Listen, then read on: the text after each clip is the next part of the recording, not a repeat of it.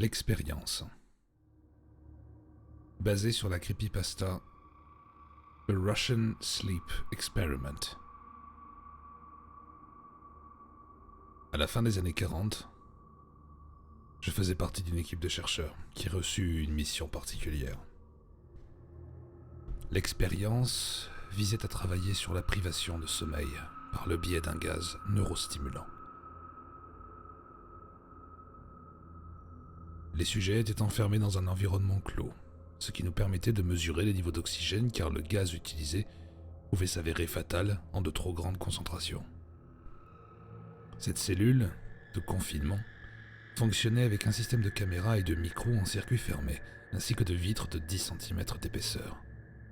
Nous pouvions littéralement tout voir et tout entendre. Nos sujets de test disposaient de livres, de lits de camp, sans oreiller ou drap, d'eau courante, de toilettes, ainsi que de nourriture pour tenir au moins un mois. Nos 5 sujets de test étaient des prisonniers politiques, condamnés pour trahison, et qui auraient normalement dû se retrouver au goulag. Jusqu'au 5e jour, tout s'est très bien passé. Les sujets ne se plaignaient pas, on leur avait faussement promis une libération s'ils se pliaient à l'expérience et ne dormaient pas pendant 30 jours. Toutes leurs conversations étaient consignées et enregistrées, et nous avons remarqué que leurs propos se faisaient de plus en plus étranges et sombres, revenant sur des événements traumatiques de leur passé. Arrivés au 4e jour, leurs propos s'assombrirent encore davantage. Ce fut après le 5e jour que les premières plaintes arrivèrent. Nos sujets de test commençaient à développer des signes de paranoïa aiguë. Ils ne se parlaient plus. Au lieu de ça, ils venaient chuchoter au micro présent dans la cellule ou encore devant les miroirs sans teint qui nous permettaient de les observer. Pour une raison qui m'échappe, ils semblaient penser qu'ils pouvaient copiner avec les scientifiques qui menaient l'expérience en dénonçant les autres sujets de l'expérience. Au début, nous avions pensé qu'il s'agissait d'un effet secondaire du gaz. À partir du 9e jour, l'un des sujets s'est mis à hurler. Pendant 3 heures, il a couru de long en large dans sa cellule, en criant à plein poumon, et après 3 heures de crise, il a fini par s'effondrer, ne pouvant plus émettre que de petits cris étouffés et rauques. Un collègue médecin déduisit qu'il s'était déchiré les cordes vocales. Le plus surprenant, c'était l'absence totale de réaction de la part des autres sujets de test. Ils se remirent à chuchoter au micro de la cellule jusqu'à ce qu'un second sujet se mette à hurler lui aussi. Ceux qui ne criaient pas se mirent à déchirer les pages des livres. Ils s'en aidèrent pour étaler leur déjection sur les murs. Les cris s'arrêtèrent rapidement, ainsi que les chuchotements dans les micros. Après 3 jours supplémentaires, mes collègues et moi décidâmes d'inspecter les micros à l'intérieur des cellules pour être sûrs qu'ils fonctionnaient encore. Nous pensions alors impossible qu'aucun de ces instruments ne capte quoi que ce soit sur d'aussi longues périodes de temps. Il y avait tout de même 5 hommes adultes dans cette pièce, et pourtant aucun son n'en sortait. Après vérification, nous réalisâmes que la consommation d'oxygène dans la cellule indiquait que les 5 sujets étaient bel et bien en vie, et non seulement en vie, et leur consommation indiquait qu'ils respiraient comme des sportifs en plein exercice. Au matin du 14e jour, mes collègues et moi décidâmes de briser une règle mise en place au début de l'expérience. Nous allions utiliser l'intercom, présent dans la cellule, pour communiquer avec les sujets. Nous espérions provoquer une réaction chez eux, croisant les doigts pour qu'ils ne soient pas morts. Nous allons ouvrir les portes de la cellule pour tester le matériel. Éloignez-vous des portes et allongez-vous au sol. Votre coopération sera récompensée par votre libération immédiate. À notre grande surprise, une seule réponse, brève et d'un calme absolu, nous parvint. Nous ne voulons plus être libérés. Cette seule phrase provoqua un débat entre notre équipe et les officiers présents qui subventionnaient toute l'expérience. Et puisque plus aucune réponse ne nous parvenait malgré nos appels répétés, il fut finalement décidé d'ouvrir les portes de la cellule à minuit, au 15e jour de l'expérience. Le gaz neurostimulant fut complètement évacué et remplacé par de l'air frais. Et à cet instant précis, 3 voix se mirent à supplier, comme si leur vie en dépendait, pour une nouvelle dose de gaz. Si ces suppliques étaient assez faibles au début, Les 3 voix montèrent en intensité au point d'atteindre le même volume que les cris du 5e jour de l'expérience. Et aux cris des sujets de test qui réclamaient plus de glace, se mêlèrent ceux des soldats qui découvraient ce que l'intérieur de la cellule leur réservait. 4 des 5 sujets étaient encore en vie, si on peut appeler ça être en vie. Les rations alimentaires n'avaient pas été touchées au-delà du 5e jour. Des lambeaux de chair provenant des cuisses et du torse des sujets avaient été jetés sur l'évacuation au sol de la cellule, provoquant un début d'inondation. Les 4 survivants portaient des blessures effrayantes sur des parties aléatoires de leur corps. La peau et même les muscles avaient été arrachés. Et après avoir vu les doigts des sujets, abîmés au point que l'os soit visible, nous comprîmes qu'ils s'étaient fait ces blessures eux-mêmes. Les organes digestifs des 4 survivants avaient été retirés, alors que le cœur, les poumons et le diaphragme étaient toujours en place. La peau et les muscles autour de la cage thoracique avaient été arrachés au point que les poumons étaient apparents. Incroyablement, les organes et autres vaisseaux sanguins étaient parfaitement intacts. Ils les avaient retirés et exposés au sol. Les organes digestifs étaient encore parfaitement fonctionnels. On pouvait voir à l'œil nu le processus de digestion en cours de la peau et des muscles que les prisonniers s'étaient arrachés. Les soldats présents dans le laboratoire étaient tous issus des forces spéciales, des hommes entraînés et chevronnés. Pourtant, la plupart d'entre eux refusèrent tout net de retourner dans la cellule pour en enlever les sujets de test. Ces derniers continuaient de hurler pour le gaz, alternant parfois avec des longues périodes de suppliques. Malgré leurs conditions infâmes, les prisonniers ne se laissèrent pas escorter hors de la cellule calmement. Ce fut tout l'inverse. Un des soldats eut la gorge arrachée par l'un des prisonniers. Un autre fut très gravement blessé après qu'un autre des sujets lui arracha les testicules et lui planta ses crocs dans l'artère fémorale. 5 autres soldats perdirent la vie lors de l'évacuation de la cellule, en comptant le suicide de l'un d'entre eux dans les semaines qui suivirent. Dans la bataille de l'évacuation, la rate de l'un des sujets de test fut percée et il se vida de son sang en quelques minutes. Malgré l'hémorragie, les médecins présents tentèrent de le droguer, mais cela s'avéra impossible. Mon collègue anesthésiste lui injecta 15 fois la dose mortelle de morphine, et cette chose continuait à se battre comme un animal enragé, lui brisant le bras et 3 côtes. Nous avons pu voir le cœur de cette chose battre pendant 2 minutes après qu'il se soit vidé de son sang, au point que le sang dans le système vasculaire fut complètement évacué et que le cœur ne semblait plus pomper que de l'air.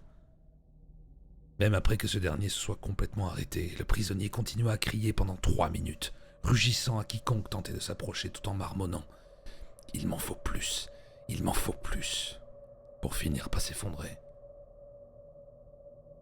Les 3 derniers survivants furent attachés à l'aide de liens extrêmement solides et envoyés vers le centre médical du centre de recherche. 2 d'entre eux, encore capables de parler, continuaient de réclamer du gaz neurostimulant. Le plus gravement blessé de ces survivants fut envoyé au bloc opératoire. Et alors que les médecins le préparaient pour replacer ses organes dans son abdomen, ils réalisèrent qu'il était immunisé à l'anesthésique qui aurait dû l'endormir pour l'opération. Il commença à se débattre furieusement alors que l'anesthésiste s'approchait pour l'endormir. Il parvint à arracher l'une des menottes pourtant doublée d'un lien en cuir épais de 3 cm. Même les 90 kilos du soldat assis sur son bras ne parvinrent pas à le contenir. Après 3 autres doses inhumaines de dérivés morphiniques, le survivant perdit en puissance, et ses paupières commencèrent à battre de plus en plus vite. Et à l'instant où ses yeux se fermèrent, son cœur s'arrêta. Il était mort. Après autopsie, il fut déterminé que les muscles de cette chose étaient saturés d'oxygène, à un degré 3 fois plus élevé que la normale. Ces muscles, en tout cas ceux qui étaient encore attachés à son corps, étaient incroyablement endommagés, déchirés, et dans son agitation pour ne pas être endormi, il s'était cassé les 2 bras, 5 vertèbres et 2 côtes. Le second des survivants, celui qui avait hurlé au 5e jour au point de se déchirer les cordes vocales, fut lui aussi envoyé en chirurgie pour tenter de remettre ses viscères dans sa cage thoracique. Du fait de son mutisme, il ne pouvait que refuser l'anesthésie en secouant violemment la tête. Toutefois, quand les médecins comprirent que les drogues ne faisaient aucun effet, ils demandèrent l'autorisation au survivant lui-même de procéder à l'intervention sans anesthésie. Durant toute l'intervention, cette chose ne bougea pas un muscle alors que le scalpel le coupait et que les aiguilles tentaient de le recoudre au mieux. À plusieurs reprises, je l'ai même surpris à sourire alors que le chirurgien soutenait qu'il n'était pas possible que cette chose puisse être encore en vie. À la fin de l'opération, le patient regarda le chirurgien et marmonna du mieux qu'il le put de sa voix presque éteinte. « N'arrêtez pas de couper !» Les 2 autres survivants furent opérés de la même manière, mais eurent tout de même besoin d'un paralysant pour que les chirurgiens puissent travailler au mieux.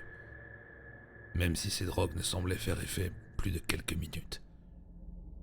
Ils continuaient aussi à réclamer le gaz neurostimulant. Mon équipe continuait également à demander à ces survivants pourquoi ils s'étaient mutilés et pourquoi ils s'étaient arrachés leurs propres viscères. Pour toute réponse, ils nous répondirent « Je dois rester éveillé ». Les 3 derniers sujets de test reçurent des liens renforcés et furent placés dans leurs cellules. La vérité était que nous ne savions pas quoi faire d'eux. Les officiers militaires étaient enragés. À vrai dire, ils étaient autant furieux que terrifiés car ils devaient eux aussi rendre des comptes au Kremlin. Mon équipe ainsi que les autres scientifiques se demandaient s'il ne fallait pas tout simplement euthanasier ces 3 choses, toujours restreintes dans leurs cellules de confinement. Mais cette décision ne fut jamais envisagée par nos supérieurs, et pour cause, le Kremlin envoya l'un des hommes les plus terrifiants que j'ai jamais rencontrés, Emil Raskakov, un ancien commandant du KGB travaillant à ce moment-là directement sous les ordres de Staline. Et ce dernier voulait absolument voir ce qui pourrait se passer si on leur donnait ce qu'ils réclamaient, le neurostimulant. Nous avons tous objecté.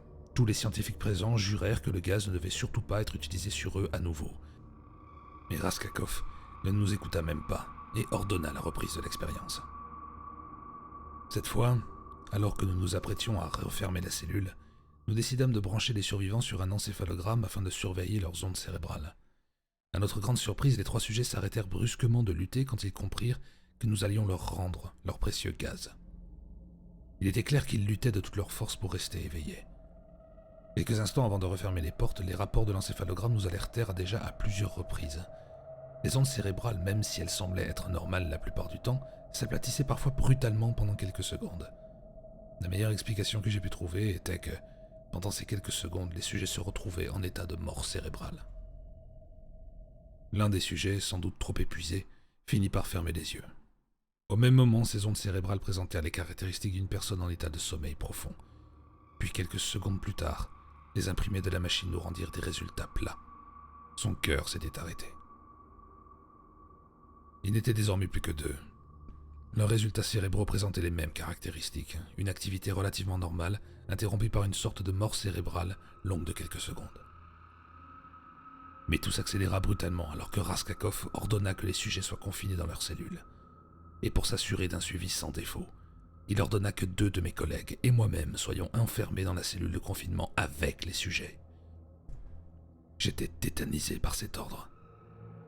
Mais mon collègue et ami, Fyodor Dyatlov, déjà très marqué par les événements, ne supporta pas l'ordre de Raskakov.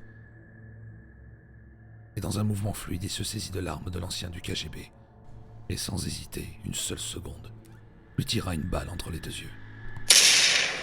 Puis il tourna l'arme vers le survivant muet, celui aux cordes vocales détruites, et lui logea également une balle dans la tête. Lentement, il se dirigea ensuite vers le dernier sujet en vie, alors que la plupart des équipes s'étaient enfuies du centre de recherche.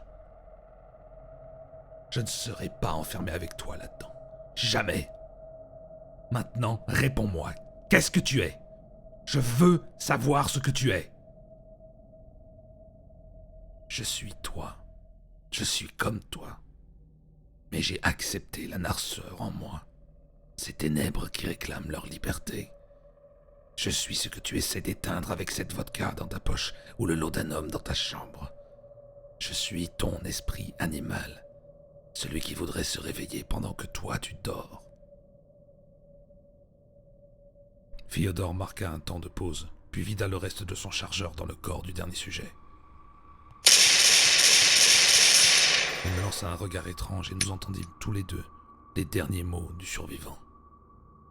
Si près.